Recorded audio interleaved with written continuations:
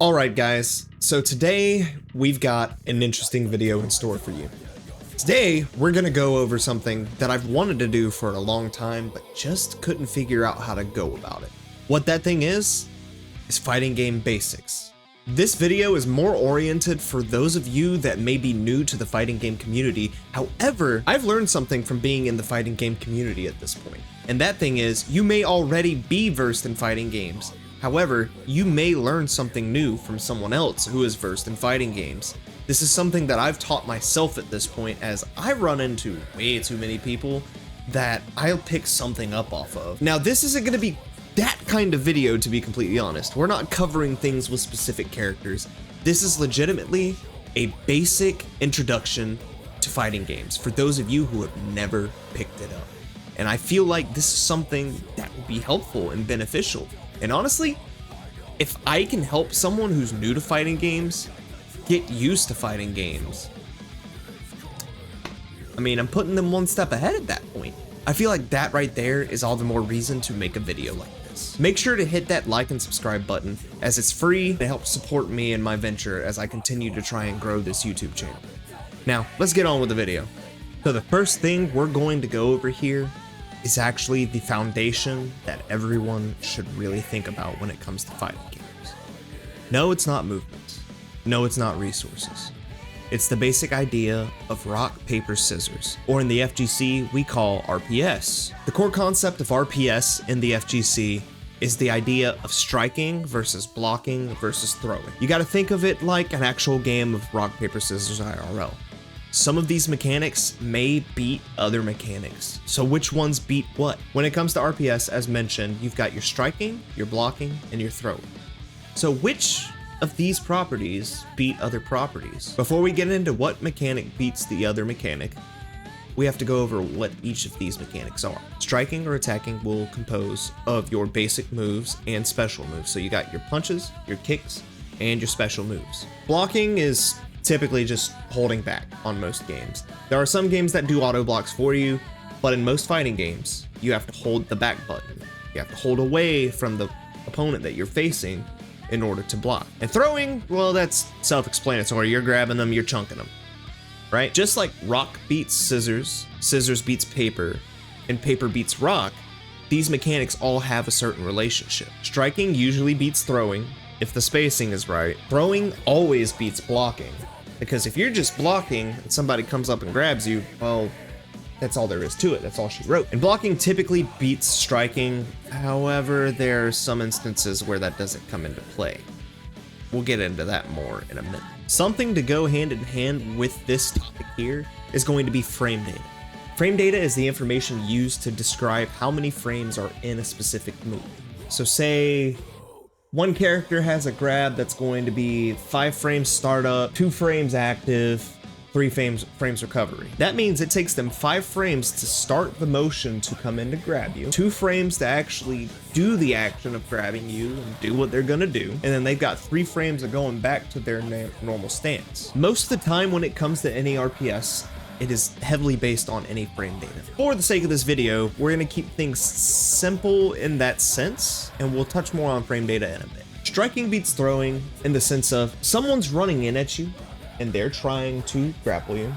You got a decent amount of distance. You might have a button that reaches far enough to stop them as they're running in. Your button might be faster than their startup frames on their grab. There's so much that goes into account on this. An example could be Kai running in on Nagoriyuki, trying to get a grab in on him. The grab starts, Nago hits his DP. We get the big swing up, and it hits him as soon as it comes out, because of the spacing, because of the speed. Like there's so much that goes into this, right? Throwing, beating, blocking is self-explanatory. If your opponent's just standing here blocking like this and you're running up and they're not doing anything else to counter that throw. Block, beating, strike is pretty similar to throw, beating, block, for the simple fact of if someone's running full force at you and they're about to hit you and you're blocking, they're hitting the block. But this is a general rule and it does vary. You've got your overhead moves, you've got your mid moves, you've got your low moves. If you're blocking wrong, you're gonna get hit. Standing block is your overhead and your middle moves, and then you got a crouch block, which is gonna block your low moves. This is another sense of RPS. If someone's coming at you and they're actually about to swing and you're blocking,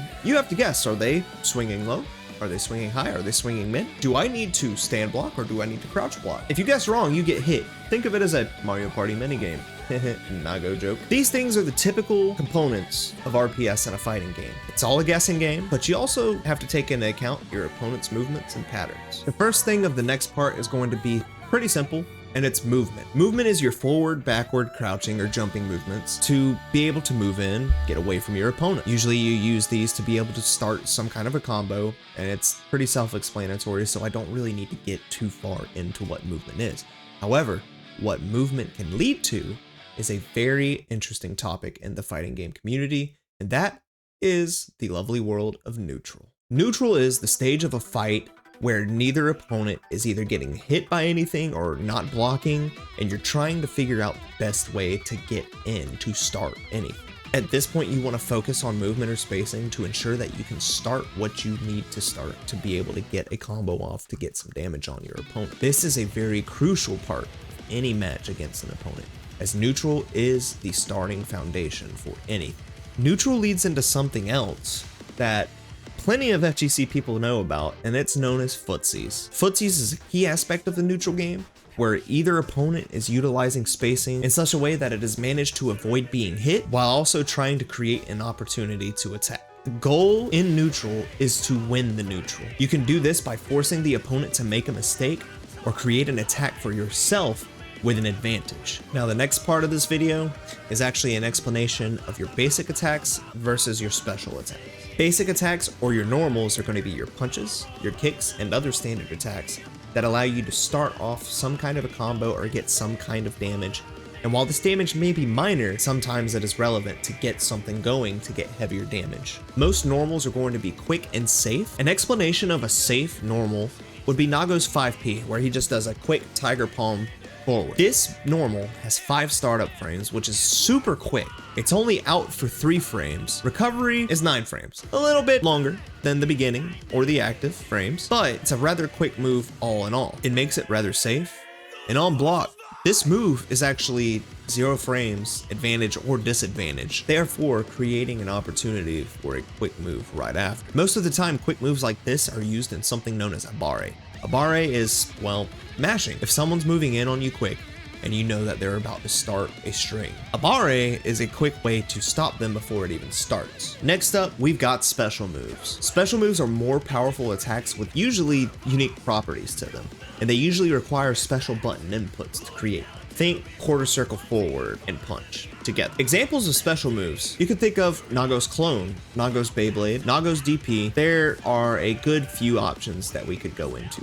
Nago's clone is the best example that I can give as far as unique properties go, due to the fact that when you launch Nagoriyuki's clone towards an opponent who has launched a projectile at you, the clone actually eats the projectile, it nullifies it, and then the clone will still get a hit off on the opponent.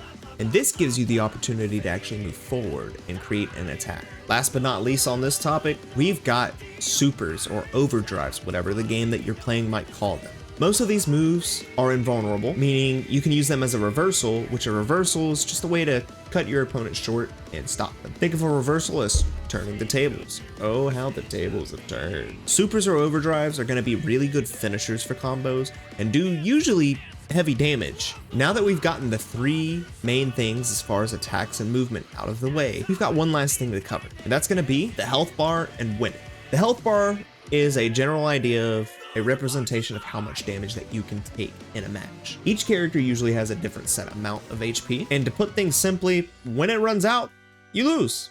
Plain and simple. Your goal is to deplete your opponent's health bar before they deplete yours. Should you achieve this, you win.